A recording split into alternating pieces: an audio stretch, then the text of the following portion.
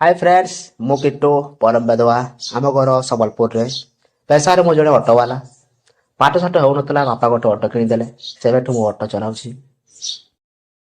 दिनकर घटना आम संबलपुर में प्रबल वर्षा होता है मु बसस्टाण्ड पाखरे मो ऑटो रखी थाए से दिन मु गोटे भी भड़ा पाई न थाए कौन सी पटे गोटे लोक भी देखा न थाए बहुत समय है गोटे भी भड़ा मिल न थाए भाविली घर को पलैबा गाड़ी स्टार्ट करी मु घर को आसुथाए किछि बाट आसी थाए देखे रास्तार बम पटे गोटे लेडीज छता धरी चलीसी ता गांडी ओदा हो जाए वर्षा छिटा बाजे ता गांडीर फाड़ देखा जाउथाए गांडी बड़ को ता अंटा सरू देखा जाउथाए पछरु पूरा हट लागुथाए से हाथ मारी मो गाड़ी को अटकाइला मु पचारली कुआडे जीवे मैडम से मते हसिकी कहिला मते टिके वस्त्र छाड़ीदेव मो पाखरे ଏବେ ପଇସା ନାହିଁ ଘରକୁ ପହଞ୍ଚିଲେ ଦେଇଦେବି। मु किंतु ताको देखी रही थाए से देखिया को बहुत सुंदर कौन सी हिरोइन टू कम ता फिगर 32 34 32 से अदा हो जाए से अदारे तार बड़ बड़ बेल साग को पेट पूरा क्लीन देखा जाउथाए ए सब देखी मु पूरा नाड़ाई जाउथाए मु देखिली वर्षा भी प्रबल होची मु हो मैडम ठीक अच्छे बसंतु कहली जीवा समय मो मिरर रे मैडम को देखी देखी जाउथाए ताको अदा चेहरा ताको अदा बॉडी बड़ बड़ गरा बेल को देखी मु देखी देखी मिरर रे जाउथाए आ मैडम भी मते लक्ष्य करिथांती मिरर मु ताको देखुची बोले से मते देखिकी मुचकी मुचकी हसुथांती किछि समय परे आमे ताको घर को पहुंचिलु से पचारिले କେତେ ଟଙ୍କା ହେଲା? मु କହିଲି 50 ଟଙ୍କା मैडम ହଉ ଭିତରକୁ ଆସ ମୁଁ ଶାଢ଼ୀ ଚେଞ୍ଜ କରି ଦେଉଛି।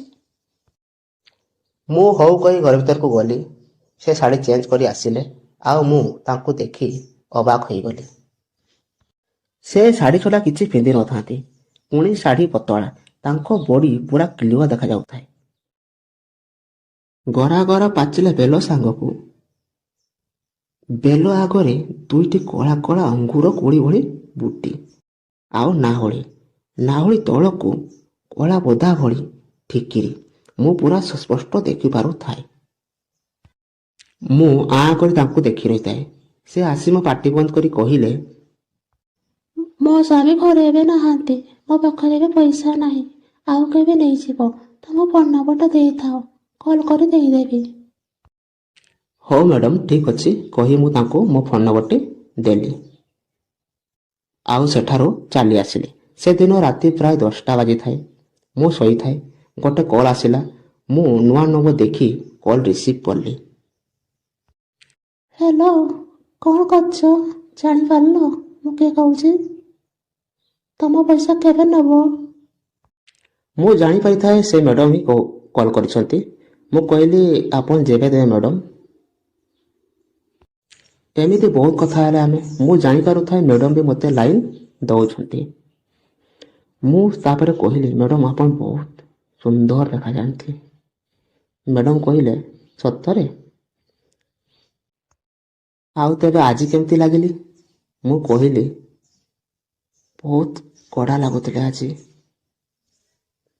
मु आपको लव करको चाहे मु जते लव करछे कहली से शुणिकी न शुणला भाया कहले कौन कहल मु कुछ नहीं मैडम कही फोनटी काटी दउथले से कहले काली आसी मते मो घर नहीं जीव मार्केट टी काम अच्छी कहले मु ठीक अच्छी मैडम कही फोनटी काटी देली मु सेदिन राति बुझी पारे मैडम ऊपर पूरा फिदा अच्छी मु भाविली मो जालरे मैडम बसिले तापर दिन घर को गली से घर बाहरी आसुथांती लागुथांती पूरा सोलेनियन भलिया शाढ़ी रे से मते तांकर बेल गुड़ा देखी देखी आसीथे आउ सीट रे बसिले आउ कहले चलो मु गाड़ी स्टार्ट करी मार्केट को गली मार्केट मैडम किना पिला जा करले रास्ता आसला को कहले मैडम कहले मते मते कौन किछि देबनी मु कहले मैडम आपको कौन देबी मु देखली रास्ता साइड रे गोटे फूल बगीचा अच्छे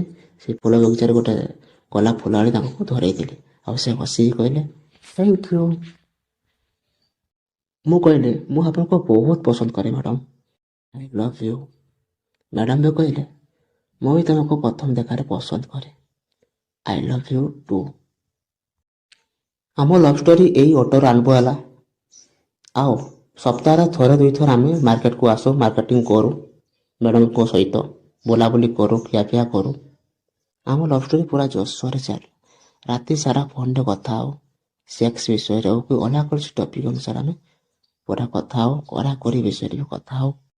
ଆମ ଲଭ୍ ଷ୍ଟୋରି ପୁରା ଜୀବନ ଦିଆ ଦୁଇ ଭଳିଆ ହେଇଗଲା। ଦିନେ ଏମିତି ରାତିରେ କଥା ହଉ ମୁଁ କହିଲି ମ୍ୟାଡ଼ାମ୍ ଆପଣଙ୍କୁ ଟିକେ ଗେଲ କରିଥାନ୍ତି। ମ୍ୟାଡ଼ାମ୍ କହିଲେ କ'ଣ ଗେଲ କରିବ? ମୁଁ କ'ଣ ତମ ପାଖରେ ଅଛି? ମୁଁ କହିଲି ପାଖରେ ନହେଲେ ଗେଲ, କାଲି ମାର୍କେଟକୁ ଚାଲ, ମୁଁ ତୁମକୁ ଗେଲ କରିବି, ତୁମକୁ ବହୁତ କରିବାକୁ ଇଚ୍ଛା ହେଉଛି। ମ୍ୟାଡ଼ାମ୍ କହିଲେ ସତରେ? ମୋର ବି ଇଚ୍ଛା ହେଉଛି।